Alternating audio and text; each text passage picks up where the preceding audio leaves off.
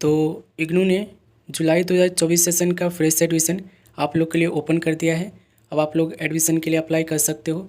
Admission का form कहाँ मिलेगा, लास्ट डेट क्या है, और जुलाई 2024 सेशन के थ्रू जो स्टूडेंट्स एडमिशन लेंगे उनका एग्ज़ाम कब होगा, ये सब चीज़ें यहाँ पे समझ लो। तो यहाँ पे आप देखोगे fresh admission in ODL and online mode for July 2024 session.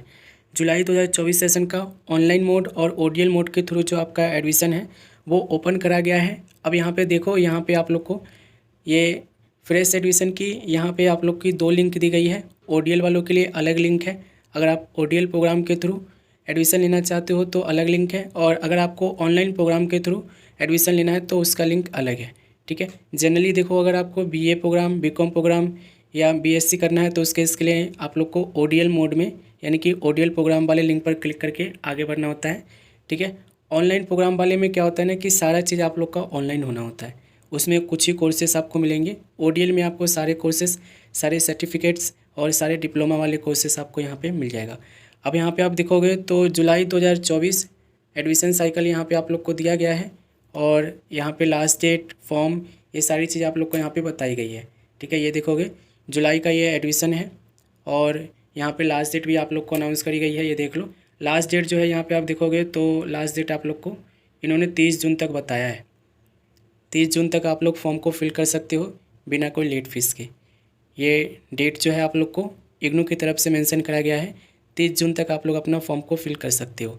ठीक है, और देखो यहाँ पे इन्होंने क्या बोला है, तो देखो रजिस्ट्रेशन करने के लिए तो आपको सबसे पहले यहाँ पे ये जो रजिस्ट्रेशन का लिंक मिलता है ना, click here for new registration, इस पर क्लिक करके सबसे पहले इस पोर्टल पर आप लोग को रजिस्टर करना होता है, यूजर ID और पासवर्ड लेना होता है।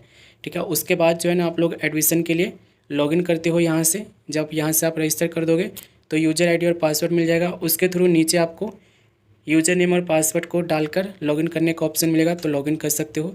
अब यहाँ पे देखो फॉर्म का मैंने आपको बता दिया हूँ। फॉर्म के लिए आपको मैंने लिंक वीडियो के डिस्क्रिप्शन में दे रखा हूँ, उसे देख लेना। उसके साथ साथ यहाँ पे आप ये भी देखते चलना, लास्ट डेट तो आपको मैंने मेंशन कर दिया 30 जून है।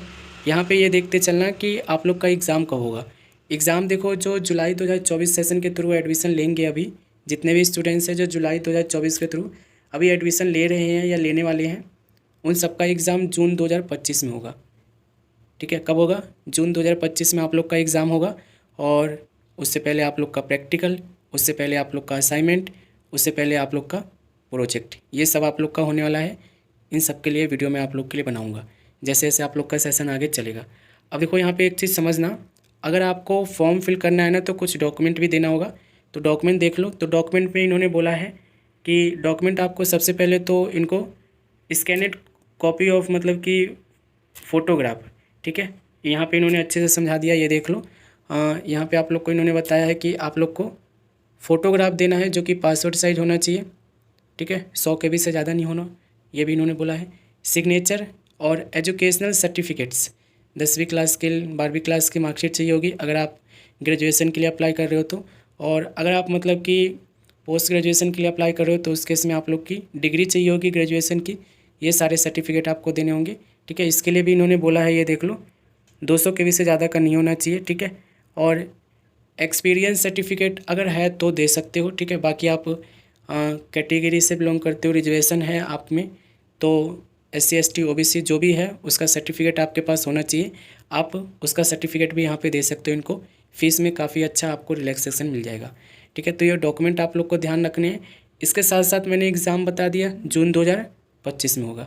अब अगर आप यहाँ पे देखोगे तो आप लोग को इन्होंने एक चीज़ और बोला है कि जो भी डॉक्यूमेंट इनको दोगे ना, जो भी डॉक्यूमेंट आप दोगे वो ना ओरिजिनल की फ़ोटो खींच के देनी है। ऐसा नहीं है कि फ़ोटोकॉपी करा के आप यहाँ पे अपलोड कर दो। ठीक है, तो यहाँ पे ये चीज़ भी ध्यान रखना कि आपको सारे डॉक्यूमेंट जो है ना ओरिजिनल वाले अपलोड करना है, और ओरिजिनल वाले फ़ोटो को ही खींच के आपको अपलोड करना है। ऐसा बिल्कुल नहीं करना है कि आप लोग को मतलब कि फ़ोटोकॉपी कराया उसकी फ़ोटो खींच के फिर आप अपलोड करो, ऐसा नहीं करना है। ओरिजिनल कॉपी की आपको फ़ोटो खींच के अपलोड करना है। Registration fees cancellation, admission fees refund के ऊपर भी यहाँ पे देखो इन्होंने काफ़ी अच्छे से समझा दिया, एक्सप्लेन कर दिया है कि कितना फ़ीस कटेगा, कितना आपको मिलेगा अगर आप एडमिशन कैंसिल करोगे तो। यहाँ पे अच्छे से इन्होंने पॉइंट में मेंशन किया है। ठीक है, यहाँ पे देखोगे the registration fee is non refundable. इस बार का रजिस्ट्रेशन फ़ीस जो है ना नॉन रिफंडेबल है, रिफ़ंड नहीं होगा। दूसरा पॉइंट इन्होंने बोला है the fee paid shall be refunded prior to confirmation of admission. Fees आपका तभी मिलेगा आपको वापस जब आपका एडमिशन कंफर्म नहीं हुआ है और एडमिशन आप कैंसिल कर रहे हो। कंफर्मेशन ऑफ एडमिशन के ऊपर इन्होंने बहुत अच्छे से एक्सप्लेन किया है। अगर आपने एडमिशन लिए कंफर्म नहीं हुआ उससे पहले आप लोग मतलब कि एडमिशन को कैंसिल करके फ़ीस ले सकते हो। तीसरा इन्होंने बोला है an amount equivalent to 50% of program fees.